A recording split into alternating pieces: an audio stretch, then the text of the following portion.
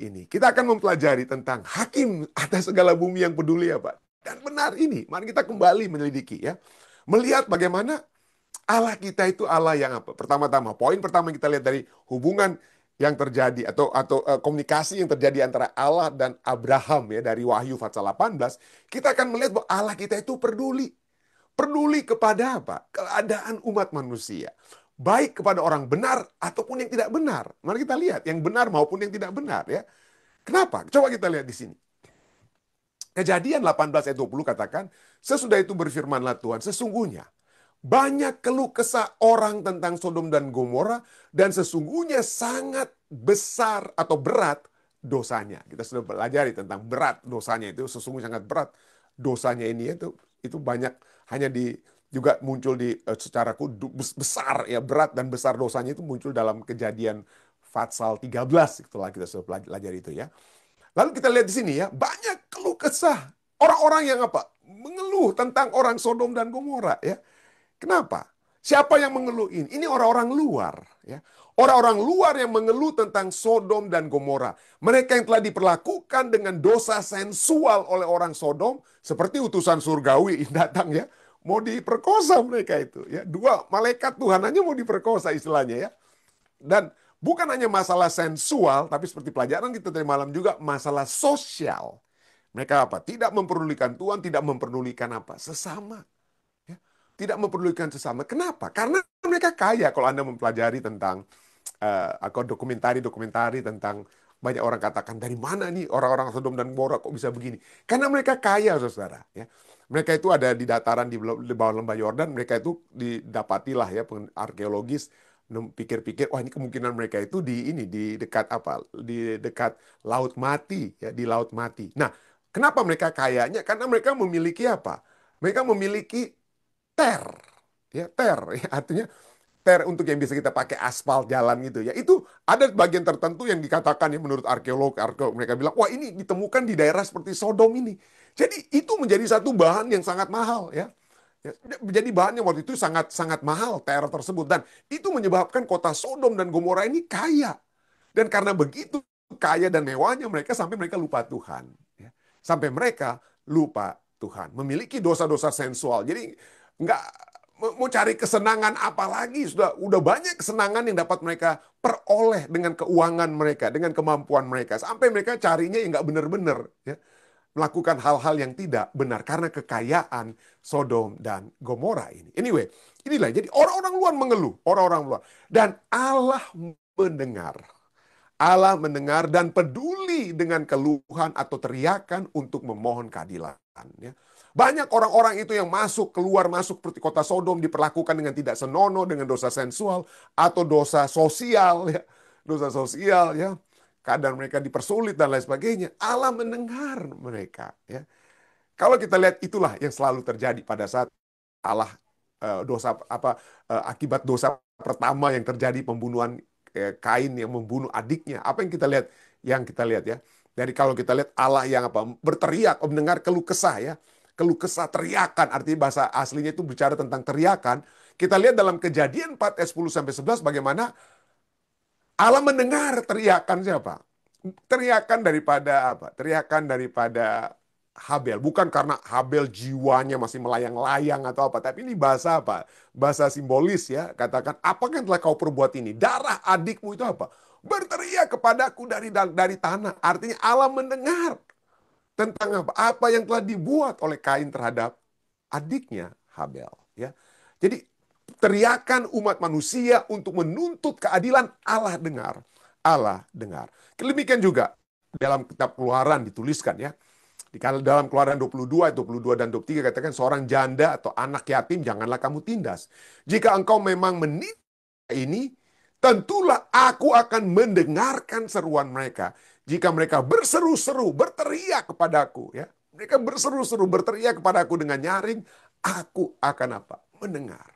Jadi pada saat kita mengalami ya ketidakadilan yang kita alami dalam dunia ini, mungkin harta kita, ada yang ambil ya. Banyak orang yang di Amerika mengeluh ya, aduh, ternyata saya punya tanah, saya punya rumah di Indonesia. Aduh, rupanya ada keluarga atau apa yang ambil. Gimana ini? Ternyata kita setengah mati kita kerja begitu ya, seperti begitu ya. Ada lah, nggak banyak. Ada yang merasa seperti begitu. Tapi iya, tapi Allah Allah peduli. Allah mengetahui semua yang terjadi. Tidak ada yang tersembunyi.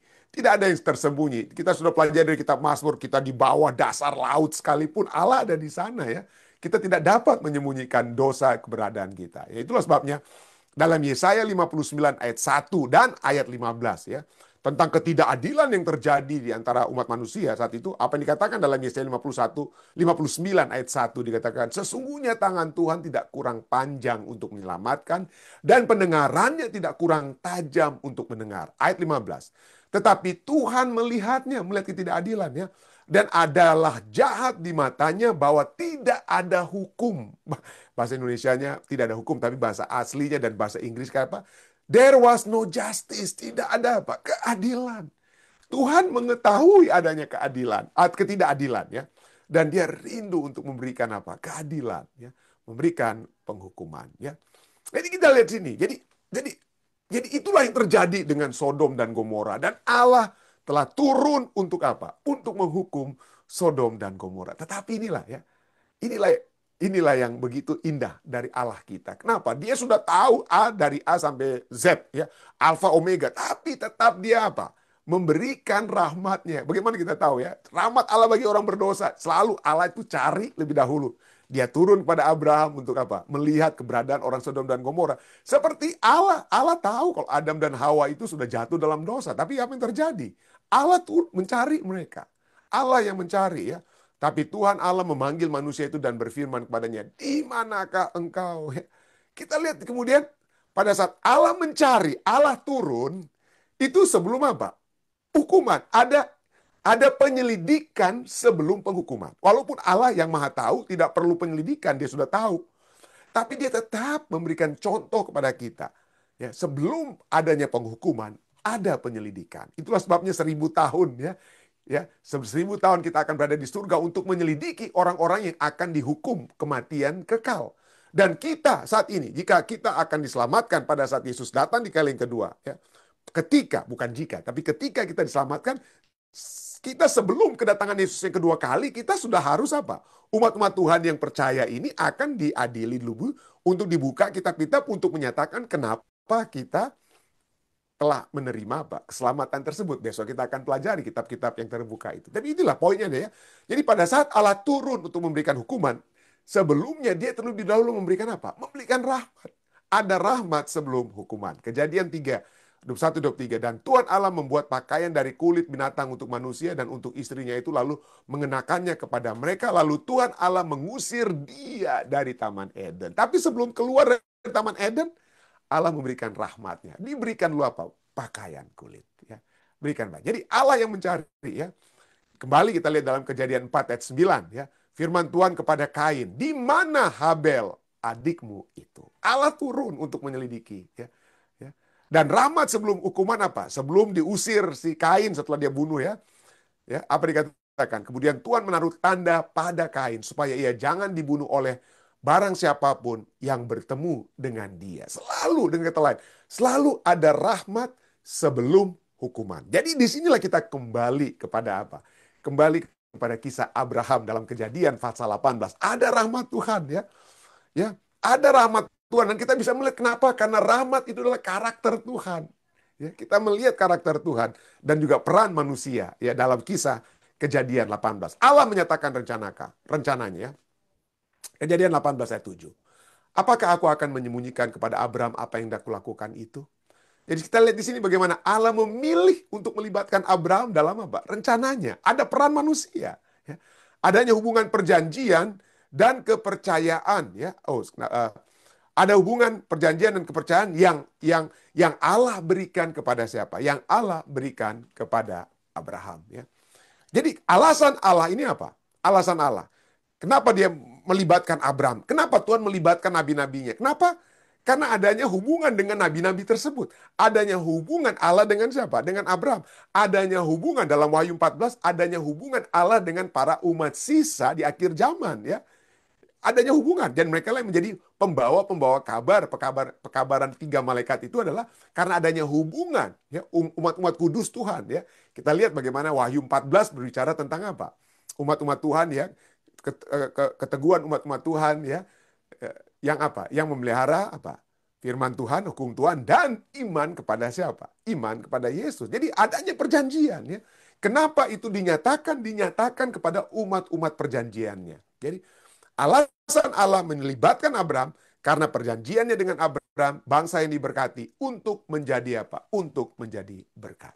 Ya, itulah sebabnya Abraham dilibatkan. Dan sinilah kita lihat kenapa memang Abraham itu dapat menjadi apa? Umat Tuhan. Karena ada kemauan umat-umat tersebut untuk seperti Abraham untuk membawakan apa? Peran mereka sebagai apa? Umat perjanjian Tuhan. Jadi disinilah kita lihat bagaimana tepat Allah mengadakan perjanjian dengan Abraham karena bukan hanya karakter Allah yang baik, tapi orang yang telah dipilih oleh Allah itu memiliki karakter yang baik. Seperti Abraham, ya, seperti Abraham. Dia rela untuk menjadi apa? Pengantara, ya. Menjadi pengantara. Abraham, ya, tinggal berdiri di hadapan Tuhan dan menjadi pengantara untuk Sodom, ya. Abraham menjadi contoh pengantara yang berani dan gigih. Untuk siapa dia menjadi pengantara? Nah, kenapa saya tanyakan ini untuk siapa? Banyak ahli Alkitab pikir, wah, dia menjadi pengantara untuk keluarganya. Untuk siapa? Untuk Lot. Tapi Lot itu berapa banyak Lot itu? Keluarganya. Cuma 4 kan. Lot, istrinya, dan 2 anak perempuannya. Cuma 4. Tapi lihat bagaimana dia mencoba untuk menjadi pengantara bukan hanya bagi keluarganya, tapi bagi orang Sodom. Kita lihat bagaimana dia mulai dari apa? Mulai dari kecil-kecil. Dia punya apa? Dia punya penawarannya kecil, ya. 50. Bagaimana kalau kurang 5? 45. Oke. Dari 45, gimana kalau kurang lagi 5 jadi 40? Oke. Setelah itu 2 kali 5 itu berkurang, berani dia. Mulai dari 40 jadi berapa? 30. Dari 30 jadi 20. Dari 20 jadi apa? 10. 3 kali dia tahu lipat gandakan. Dia lipat gandakan penawaran dia. 2 pertama tersebut, ya. Lipat gandakan 2 pertama tersebut. Jadi inilah kita lihat, ya. Bagaimana beraninya. Jadi 5 kali dia apa? 5 kali dia berapa? 5 kali dia bernegosiasi dengan Tuhan. Nah, selalu orang katakan angka 5 itu angkanya Mesir, ya. Angka 5 adalah angkanya Mesir. Jadi kenapa, apa hubungannya angkanya Mesir? Ya karena kitab Musa kan ditulis di Mesir. Jadi kitab Kejadian ini ditulis di Mesir yang mengingatkan 5 Taurat Musa, 5 kitab Musa, ya. Jadi 5 kali penawaran daripada Abraham ini, ya. Itu menggambarkan bahwa ini ditulis oleh Musa pada saat dia berada, artinya dengan hubungannya dengan orang-orang Mesir. Anyway, itu bukan itu yang menjadi poin kita, ya. Tapi poinnya adalah bahwa Abraham betul-betul menjadi pengantara yang berani dan gigih. Ia percaya adanya orang benar selain keluarganya, ya. Apakah engkau akan melenyapkan orang benar bersama-sama dengan orang fasik? Kejadian 18 ayat 20. Jadi sikapnya yang kita lihat bagaimana dia menunjukkan kerendahan hati dan keberanian. Ia memohon dari 50 hanya sampai 10 orang benar. Bukan hanya keluarganya. Kalau cuma keluarganya dia akan tawar lagi sampai 4, ya. Gitu. Tapi ini tidak. Dia percaya pasti ada orang benar. Tapi ternyata kita ketahui tidak, ya, tidak demikian. Jadi Abraham yang berani untuk menjadi seorang apa, ya? Seorang pengantara, ya. Saya mohon maaf ini ada masalah. Anyway, ada sedikit. Ya, oke, puji Tuhan. Anyway, berikutnya kita lihat bagaimana kita dapat melihat pelajaran lainnya kita dapat lihat adanya adalah keadilan dan belas kasihan Allah, ya. Kejadian 18 ayat 25 katakan, apakah hakim segenap bumi tidak akan menghukum dengan adil? Nah, ini menjadi satu pertanyaan teologis yang sentral yang telah ditanyakan oleh Abraham, ya. Artinya, intinya dia ingin memiliki satu keyakinan bahwa Allah adalah hakim adil yang penuh dengan apa? Yang penuh dengan belas kasihan. Artinya, keputusan hakim yang adil yang penuh dengan belas kasihan tidak dapat diganggu gugat. Tidak dapat diganggu gugat. Nah, masalahnya dengan pertentangan besar di alam semesta saat ini adalah karakter Allah yang selalu dipertanyakan oleh setan. Allah itu kejam, Allah itu tidak adil, Allah ini begini dan begitu. Dan setiap umat manusia yang mengalami masalah sekarang dalam dunia, seringkali kita katakan, Allah itu nggak ada. Kalau dia ada, kenapa ini terjadi? Dan lain sebagainya. Karakter Allah selalu apa? Selalu dipertanyakan, telah dirusakkan oleh Tuhan, ya. Telah dirusakkan oleh setan, maksud saya. Telah dirusakkan oleh setan. Tapi di sini kita lihat pertanyaan Abraham ini adalah untuk menunjukkan kepada kita semua bahwa Allah kita adalah hakim yang adil, yang penuh belas kasihan. Allah bersedia menyelamatkan seluruh kota demi beberapa orang benar. Ya, ada yang katakan mungkin melihat lokasi daripada melihat lokasi daripada Sodom dan Gomora itu minimal 5.000 orang ya. Minimal 5.000 orang ada di kota Sodom itu, yang hidup dalam kota Sodom. 5.000-an orang. Bayangkan, 50 itu, waduh, kalau 50.000 itu berapa persen aja itu ya. Istilahnya ya. Berapa persen aja itu 50 orang itu. Tapi itulah alam bersedia demi beberapa orang benar. Ya. Menunjukkan bahwa keinginannya adalah menyelamatkan, bukan untuk membinasakan. Dari 5.000, maksudnya bukan 50.000. Dari 5.000 orang, bayangkan kurang lebih ya. 5.000 orang, bayangkan 50 orang saja. Tapi itulah ya, Allah bukanlah dalam bisnis untuk membinasakan, tapi untuk apa? Menyelamat. Namun, keadilannya tetap menuntut tanggapan terhadap kejahatan yang serius. Terhadap kejahatan yang serius. Berikutnya, poin berikutnya selain keadilan dan belas kasihan Allah, kita lihat bahwa berikutnya adalah orang benar itu ada di tengah-tengah orang fasik. Poin yang dapat kita lihat ya. Kita lihat dari Abraham berharap adanya kaum minoritas 10, misalnya dari 5.000, kalau menurut pendidikan ya, kurang lebih 5.000 ya. Abraham berharap dari kaum minoritas, kalau ada 10 di antara 5.000 orang ya, di tengah kota yang jahat itu, mudah-mudahan itu ada kaum minoritas ya. Harapannya memperkenalkan tema Alkitab tentang tanggung jawab individu dan kolektif. Allah menghargai kehadiran orang sebagai alasan untuk menunjukkan rahmatnya. Ya. Kehadiran orang benar. Kalau ada 10 saja orang benar. Sebagai alasan untuk menunjukkan rahmatnya. Dan ini menjadi bayangan ajaran-ajaran Alkitab selanjutnya. Bahwa Yesus satu pribadi yang sangat minoritas boleh dikatakan ya. Tapi benar. Tapi dapat memberikan keselamatan bagi seluruh umat manusia. Jadi satu pertanyaan, bagaimana dengan kita? Ya, Adakah kita telah menjadi kaum minoritas, boleh dibilang ya, yang apa? Kita sering kali merasa, aduh kecil sekali kita. Kita merasa kita tidak memiliki kekuatan apa-apa. Kecil sekali kita.